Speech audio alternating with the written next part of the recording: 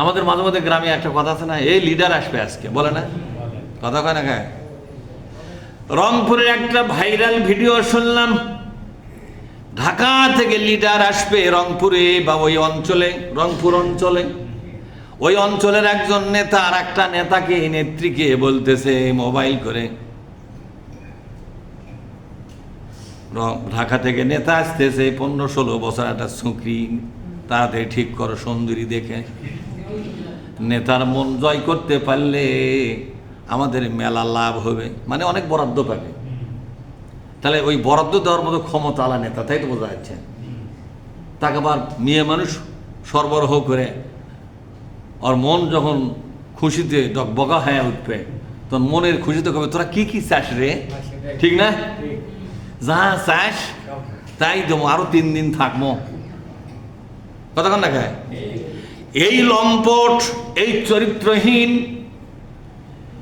এই ধরনের নোংরা লোকরা যখন রাষ্ট্র ক্ষমতায় থাকে,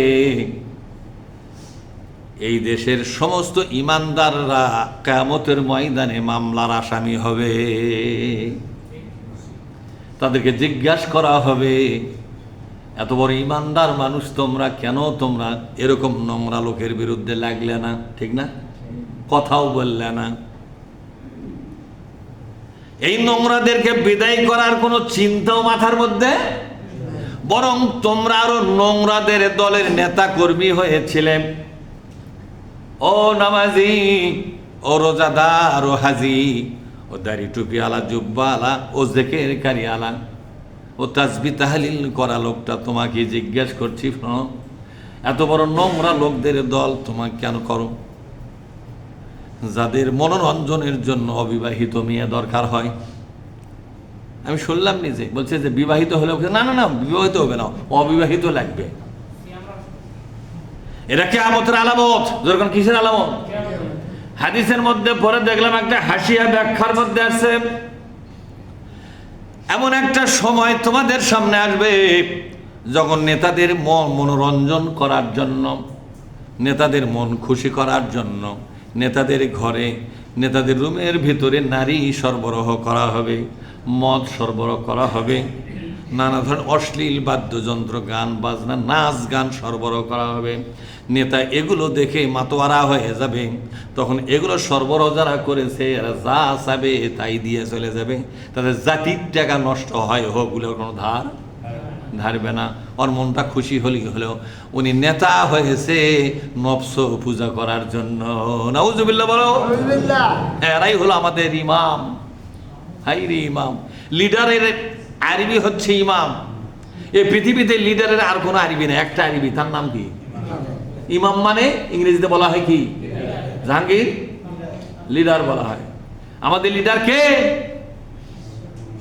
নবীর সুন্নত মখন করছি, নবীর সুন্নত রাখছি, কিন্তু ঘুরতেছো কার পাশে? হ্যাঁ, কথা কার না খায়, যাই সুন্নত জব করিছে তার পাশে ঘুরতেছ। সুন্নতকে হত্যা করে যারা, জেনা ব্যভিচারকে প্রমোট করে যারা, যারা বিবাহ বহির্ভূত যৌনাচার করে, কথা ঠিক না? ঠিক জোরে কন। এই লোকগুলো তোমার লিডার হয়ে গেছে, ইমাম হয়ে গেছে। তোমার ইমানের কোনো মূল্য নাই, তোমার দাড়ির কোনো মূল্য নাই, টুপির কোনো মূল্য নাই, লম্বা সেজদা দিয়া লাভ নাই। তোমার চরিত্র বদলাও, তোমার চিন্তা চেতনা বদলাও। যে জায়গায় দাঁড়িয়ে আসছো, যার পিছনে ঘোরো, এই পিছনে ঘোরা বাদ দাও, ছেড়ে দাও। তাওহীদপন্থী হয়ে যাও, আল্লাহর কোরআনপন্থী হয়ে যাও, আখিরাতপন্থী হয়ে যাও। নোংরা লোকদের পক্ষ ত্যাগ করে দাও। ফায়সালা কার? আর জোরে বলুন, ফায়সালা কার? আল্লাহ পাক বলছেন, এই ধরনের সৎকর্মশীল লোক যারা, ইব্রাহিম আলাইহিস সালাম যেমন জাতিকে বর্জন করেছিলেন, আল্লাহ পাক বলছেন, ইন্নী বারিউম মিনকুম ওয়া মিম্মা তা'বুদুনা মিন দুনিল্লাহ, আমি তোমাদের সাথে সম্পর্ক ছিন্ন করে দিলাম। আর তোমরা যাদের পূজা করো, দাসত্ব করো, আনুগত্য করো, সেগুলোকেও আমি ছেড়ে দিলাম। গোটা ইরাকের জনগণ, গোটা ইরাকের সরকার, নেতা নেত্রী সবার সাথে আমি সম্পর্ক ছিন্ন করে দিলাম। এ কথাটাই আমরা দোয়া কুনুতের মধ্যে বলি, ওয়ানাখলুকু ওয়ানাতরুকু ওয়ানাখলুকু বলি না, ওয়ানাতরুকু ওয়ানাখলুকু মান ইয়াফজুরুকা বলা হয় কিনা জোরে কোন? যাদের মুখস্থ নাই ওরা বা কি যে বলবে আল্লাহই জানে, ওরা প্যাকেরি বুদ্ধি শিখছে, মনোজাত কর্মটি। আরে বলা লাগবে কোনটা, তুমি বলতেছো কোনটা? মসজিদে ঢোকার সময় কেউ যদি বলে ইন্না লিল্লাহি, এটা কি ঢোকা ঠিক হবে? হ্যাঁ, বললেই তো হলো একটা। মসজিদে ঢোকার সময়, মসজিদে ঢোকার নির্ধারিত দোয়া আছে না নাই জোরে কন? ওটি যদি ইন্না লিল্লাহ পাঠ করেন, কেউ শুনতে পেলে আপনার ভুল ধরবে যে ভাই আপনি কোন জায়গা, মসজিদ কি কেউ মরছে নাকি? করছে মসজিদে ঢোকার দোয়া পড়তেছি, এটা কি মসজিদে ঢোকার দোয়া? এটা মরার দোয়া। কথা ঠিক না? ঠিক তেমনি বেতারের নামাজের সময় তৃতীয় রাকাতে ওঠার পর সূরা কিরাত পড়ার পর আবার হাতটা কাঁধ বরাবর বা কানের লতি বরাবর তুলে আবার হাতটা বেঁধে নিয়ে আল্লাহকে বলতে হয়, আল্লাহ যারা নোংরা না রাজনীতি যারা করে, যাদের চরিত্র ঠিক নাই, ঘুষ খায়, দুর্নীতি করে, যারা নাকি লম্পট দুর্নীতিবাজ, তোমার আইনের কোনো ধার ধারে না, পবিত্রতার ধার ধারে না, তোমার সাথে বেঈমানি করতেছে, প্রতিটি মুহূর্তেই তোমার সঙ্গে যারা বেঈমানি করে, প্রতিটি মুহূর্তেই তোমার কোরআনের আইন যারা অমান্য করে চলে, আমি মুসলমান, আমি তোমার ইমানদার বান্দা, আজ থেকে এই মুহূর্ত থেকে ওই সমস্ত নোংরা লোকদের সাথে আমার সম্পর্ক ছিন্ন করে দিলাম। এই কথাটাই কিন্তু আমরা দোয়া কুনুতের মধ্যে বলি, কিন্তু এটা বলার মতো করেই বলি, শুধু কাজের মতো করে বলি, বলি না নাকি?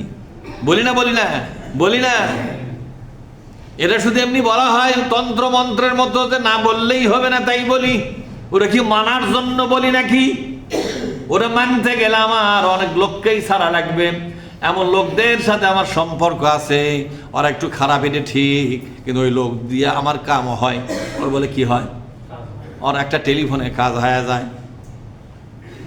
এই জন্য ওদের সাথে সম্পর্ক ছাড়তে পারি না। যাদের কথার কাজের কোনো মিল নাই, এদেরকে বলা হয় মুনাফিক। কি বলা হয় জোরে কোন? কথা এবং কাজের কোনো মিল না থাকলে তারে বলা হয় মুনাফিক। আরবি দিয়া নামাজের ভিতরে আল্লাহর সাথে যে কথোপকথন তুমি করলে, যে কথা দিলে, যে শপথনামা পাঠ করলে, রাতের বেলা বেতের নামাজের সময় শেষ রাকাতে দাঁড়িয়ে থেকে যে দোয়া কুনুত পাঠ করা হয়, এটা আসলে বান্দা আল্লাহর কাছে শপথনামা পাঠ করে, কসম খায় পাঠ করে। এটা একটা শপথনামা। আমি শপথ করতেছি যে ক্ষমতা পেলে দেশের 12টা বাজাবো, এটা এরকম